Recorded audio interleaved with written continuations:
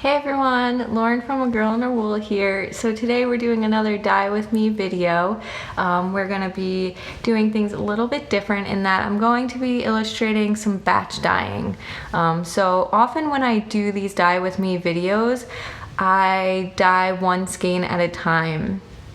And I wanted to show how that translates into doing batch dyeing where I dye up a whole bunch of yarn in the same colorway all at once. And so you're gonna see it's really not that much different. I really keep an eye on all the skeins that I'm working on, just making sure that the color is hitting everywhere, the speckles are evenly speckled. And the colorway that we are dyeing up is more of like a tonal color. So if you're curious about seeing kind of how the batch dyeing works with more variegated skeins or speckled skeins, let me know, and that is something I will do in the future. I really just picked a colorway that I had up on my dye list, and so that's what we're dyeing up today. There is I am going to be announcing a giveaway winner from the last dye with me video, so stick around till the end for that. And then I'm going to be doing another giveaway in this video, and so wait until the end to hear the details on that. But just prompts that I kind of give you throughout the video, make sure you're answering those. Kind of the more active you are, the more it helps me, and the more giveaways like this I'll continue to do. So when we dye this up, I am gonna dye one skein of it first, so that way you guys see me dyeing it how you've always seen me do these dye with me videos, and then I'm gonna switch over and do the batch dyeing, and so you'll get like the real contrast of how this colorway was dyed solo and then as a batch. So I am going to show the colorway now. If you're not interested in seeing that, there is a timestamp for when the actual dyeing starts. So if you want to be surprised at the end with what the skein looks like, you can skip over the next few minutes. This is the skein. So it is from my Cinnamon Spark mini skein set. So if you watched my recent video where I was planning projects, I talked about the Tammy Gore mystery knit along and how I wanted to dye up a set for that. And so that's what I did, and I'll show you the entire set at the end. But this is one of the colorways from that set. So it's just kind of a really great fall orange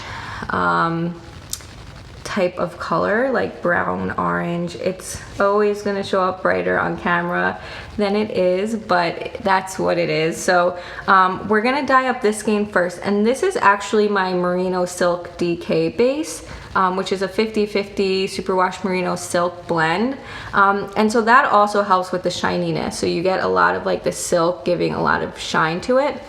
And so when I dye the solo skein, it is on this merino silk base, but when I dye up the batch, I did it on my sock base. So you're gonna see the colorway comes out a little bit different, and that's because of the silk content, so I thought that would be fun to show as well. The techniques didn't change, it's just how the color shows on the yarn and everything. So let's get into the dyeing. Hey guys, so here we are in front of the dye pan. I'm doing this a little bit different. I actually am doing this as a voiceover. And that is because I was able to keep my mask on and keep the exhaust fan going. We don't have to worry about background noise. So let me know if you like this kind of way of doing things. So you see I did for the first skein, I'm really just doing a time lapse of the solo skein. And that is because today's video is really focused on moving from one skein into batch dyeing. And so I'm using a lot of the same techniques you've seen before. But as always, if you have any questions, feel free to reach out at any time. So this skein came from my Cinnamon Spark mini skein set, and I'm just making one of the colors a regular colorway now. So if you have any name suggestions, I'd love to hear them. And we are dyeing this on my merino silk base. So you'll see it's going to take to the dye a little bit differently. There's a lot more shimmer and shine to it, and it doesn't get as vibrant as some of the other skeins do. So you see I'm just kind of speckling on top, doing kind of that speckle and smush. I didn't do a dye bath. And I'm really just blending in a couple of different colorways to give it a nice base. It's really like a pinky orange color at first. And then at the end, I use brown to just tone it down. But at this point, I'm doing the same thing you always see me do. I just move the skein around and make sure I'm not leaving any bare sides to it. So you saw me do kind of one side and the other. And if you see me kind of go randomly through other parts, that's because I was dyeing up a few skeins at once. So again, here we're adding that brown in there, and it just kind of blends it all together and really gives it one unified look, even though the base, you saw the base first, was really multicolored. So that's a technique we can also examine more in a future video as well. So at this point, the skein is kind of just sitting, letting it soak in, and then we're gonna head into the batch dyeing. So at this point, I also lowered the water level. So when I was doing kind of that early part of it, the water level was pretty high. So that way the dye moved around and blended in throughout the skein. You see now I'm speckling with some of the colors on top, and so I really lowered the water level, and then I just kind of let it set.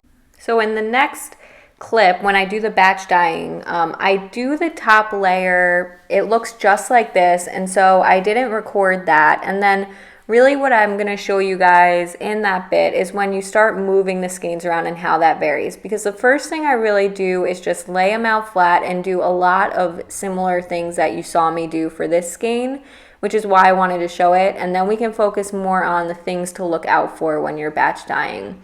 So if I skipped over too much and you guys are interested in seeing more top to bottom, beginning to end, let me know and I will do kind of a batch dyeing part 2. And we can definitely worry about that then. So this skein is done, so let's move into the batch dyeing. So again, a couple of things here. One, you're now looking at things sideways, and that was the best way to get the camera angle in there. So if you're thinking about it, I'm still standing at the front of the pan like you would normally see me. And again, I did the top the same way that you saw before. So I did kind of the same bunch of colors on top, and then I muted it all down with the brown. And then we're just gonna start moving it around and making sure we hit everywhere. And then as a reminder too, in case you didn't watch the whole beginning, this is my sock base now. So originally it was on that merino sock base or merino silk base, and now we're looking at my sock base. And so it just takes the dyes a little bit differently. And you're gonna see it's gonna actually, when I show you the finished skeins at the end, come out looking a little bit brighter, a little bit darker. You know, it just kind of shows the hues a little bit stronger. All right, so now that that kind of top side is done, I'm gonna just start moving the skeins around and show you what we wanna look at when we're batch dyeing. So again, right now it looks the same as what you see for the regular one, except that I just had more skeins in there. And now, as my glove is in the camera, I'm just moving it around. So you see underneath did get some of the dye, which happens when we're doing all that. But we just wanna make sure we get the speckles, the brown, and everything on top. And here's where you can really see how I lay the 3 skeins side by side lengthwise in that pan. And so when I start speckling, and I apologize for hitting the camera, but when I start speckling, you're gonna see how I just try to move around the pan. I don't focus on skein to skein. I just really keep trying to move around. And that's because I don't wanna get lines across. Because the skeins are laying lengthwise like that, I just want to keep making sure that as I'm speckling, I'm moving it around. Now keep in mind the colors, see I'm starting to get kind of that light section back in there, and that's because it was kind of tucked in. So when you're batch dyeing, or when I'm batch dyeing, I really like to look out and make sure that I am getting all the skeins, because once you have multiple skeins in there, you might not realize that some are piled on top of each other, and you just don't want to get that whole light part. So I think I even come back here before doing the brown and just kind of darken that up a bit. But you really see, I like to try to make sure I get the edges, I'm not too focused on the middle, and kind of hit the 3 skeins evenly, so that way they're in the same dye lot, they'll look the same. But I don't want to just go in straight lines across and make it streaky, because the skein itself is not laying randomly. The skein itself is now in one line. I have to make sure the dye is moving around quite a bit more. So this was a really quick high level overview of converting it from the single skein to the batch dyeing. So let me know if you want to see more detail. What should I dive more into? And I will do that in a future video. All right, so the skeins are now mostly dry. Again, I showed one at the beginning, but for those of you who didn't see the finished skein yet, this is gonna be the skein that we did solo. So this is on my merino silk base. Again, it's just got those oranges and the pinks in there and some browns, and it's pretty tonal, but we didn't do a dye bath or anything, so you do get kind of that variegation throughout. And then in comparison, here is the colorway on my, again, these are still a little damp, so they'll probably lighten up a little bit, but here it is on my sock base. So the merino silk is on the bottom, and then the sock base is on top. Again, they're still wet, so they're not wound great, but here are all three skeins. So you can see doing the batch dyeing, they're not identical, but they're definitely the same colorway, same dye lot. You could easily knit these up together and have that work. And then again, in comparison, the merino silk base just doesn't absorb all of the same color, and it just is shiny because of that silk content. So again, that's kind of the difference in the two bases, even dyeing the same techniques and everything. But then when you batch dye, you do get kind of these similar colors, even though, you know, there's going to be variegation throughout them. So what did we do with the batch dyeing? So with the one skein, you know, you kind of keep your eye on the one skein. You can move it around and everything. You can pile it how you want. When I did it with the batch dyeing, I did line them all up in the pan. So I had the three skeins lined up vertically, but I always try to make sure that I'm applying the dye randomly and across the whole thing evenly. And that's because I really don't want it to cause pooling. And so by applying the dye kind of all throughout it, that's kind of where we get these more kind of tonal colors, but we see a lot of that variegation in there. And you saw, even with the batch dyeing, I was still moving the skeins around a lot. So because they're laying flat, we need to make sure we get underneath. And then just flipping it over to the side, I always like to make sure I'm still getting the inside. So if you think about, you know, the skein, if you dye the top of it, you get the top. And then if you flip it, you get the bottom of it. But at no point are you kind of getting the inner part. So the dye will seep through, but when I'm doing kind of this more speckle on top technique, I need to make sure that I'm getting kind of that inner ring. So that's just what I have to do. It's the same thing as when I do a solo skein. I'm just doing all three skeins at once. I will say so when I use those large pans, I do 3 skeins in there, and it uses 2 burners. When I use the pans you normally see me dyeing in, there's a lot of room in the pan, and I actually usually do 2 skeins at once in those pans when I'm dyeing. So it actually makes more sense for me to use 2 of the smaller pans and do 2 in each. That way I'm dyeing 4 at once instead of 3. But I wanted to show it in the large pan. I think that's a common way that dyers do it, and so I wanted to make sure I showed that. But you saw it was very similar. It was just instead of having kind of the skein, I usually like lay it that. It was just laid in a circle. Otherwise, all the techniques really were the same speckling, same kind of patting down the dye, moving it around, and then speckling and letting it sit, and then flipping it over, making sure we get all 3 skeins. The hardest part of doing the batch dyeing is sometimes one skein can kind of sit on top of another, and so it's just, again, moving them around and making sure we still see everything. So for the way I dyeing them in those smaller pans one at a time, or doing the batch dyeing, there's really, in the end, not too much of a difference. So let me know if you want to see me batch dye kind of more speckly. I am planning to do a pooling versus non-pooling type video, so stick around, make sure you're subscribed so you don't miss that. But yeah, other ideas for dye with me's, let me know if there are things that I mentioned that you're not sure about. Feel free to ask them, and let's get to the fun giveaway part. Oh, before we do, I'll tease you a little bit more because this is related. All right, so as I mentioned, I am teary-eyed because something was stuck in my throat. This was a colorway from my Cinnamon Spark mini skein set that I turned into a full skein, full colorway. So let me know if you have any colorway name suggestions. But if you did watch that planning projects video where I picked the colors for my Stephen West shawl and the Tammy Gore shawl, I picked 3 colors out of that mini skein set that I wanted to use. So this was one of them. I also, and go back to that video and watch for why I picked the certain colors that I did for this pattern. I have this really pretty brownish gray that has a little bit of speckling on it, but not too much. It's more just like this grayish brown color, and then this deep purple.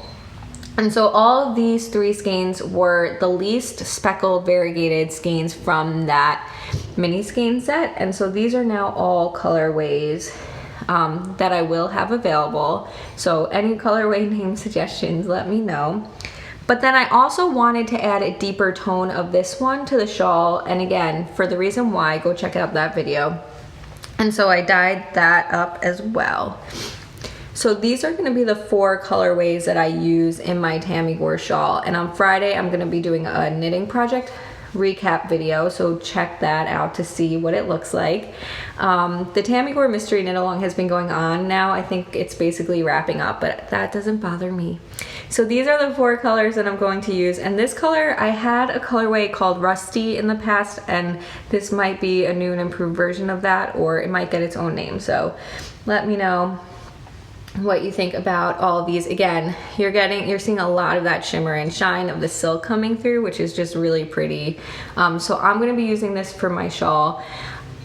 When you're seeing this on Tuesday, I'm on a bit of a I'm on a bit of a taking a break vacation. I'm off from my regular job, and so I also took a break from the shop, and that's so that I can focus on getting all the advent calendars packaged up and sent out.